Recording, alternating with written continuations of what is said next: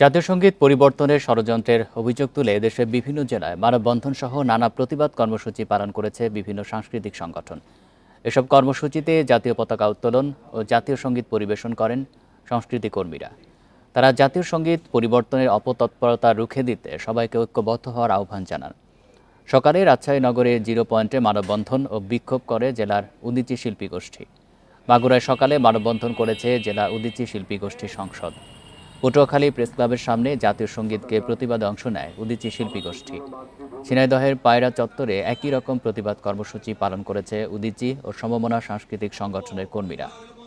এছাড়া নানা কর্মসূচি পালিত হয়েছে কুষ্টিয়াতেও।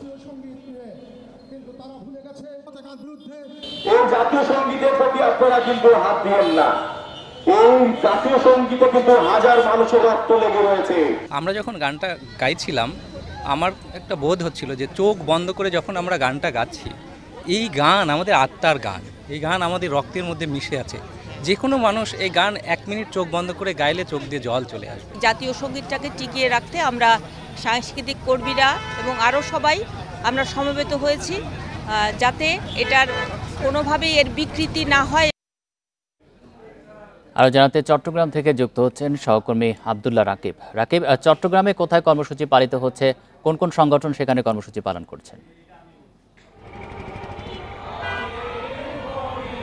চট্টগ্রামে চেরাগি পাহাড় মোড়, যেটি সাংস্কৃতিক একটি তীর্থস্থান বলা চলে চট্টগ্রামের, এখানেই শুরু হয়েছে। একটু আগেই জাতীয় সংগীত পরিবেশনা শুরু করেছেন। এখানে আমরা দেখছি সর্বস্তরের সাধারণ মানুষ, শিক্ষক থেকে শুরু করে পেশাজীবী সাংস্কৃতিক কর্মী এবং নানা পেশার মানুষ এখানে জড়ো হয়েছেন। আমরা দেখেছি শুধুমাত্র পেশাজীবী মানুষ নয়, আমরা শিশুদেরকেও দেখেছি এবং নারীদের ব্যাপক উপস্থিতি এই চেরাগি পাহাড় মোড়ে।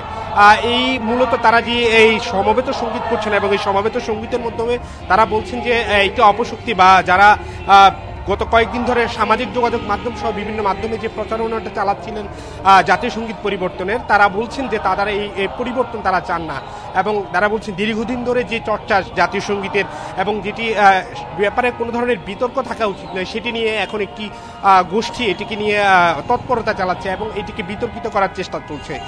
তবে এটি নিয়ে নানা ধরনের নানা মত রয়েছে। তবে সাংস্কৃতিক কর্মী সহ যারা পেশাজীবী শিক্ষিত সমাজ এবং তারা বলছেন এটি আসলে পরিবর্তন করা একেবারে অপ্রাসঙ্গিক।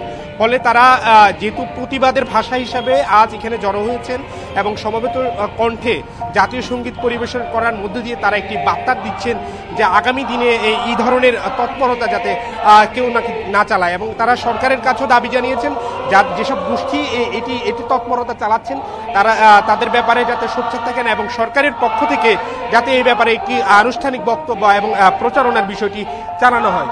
তো সব মিলিয়ে বলা চলে জাতীয় সংগীত পরিবেশন চলছেন এবং সবাই একই কণ্ঠে এই সংগীত পরিবেশন করছেন। চট্টগ্রাম থেকে জানাচ্ছিলেন সহকর্মী আব্দুল্লাহ রাকিব।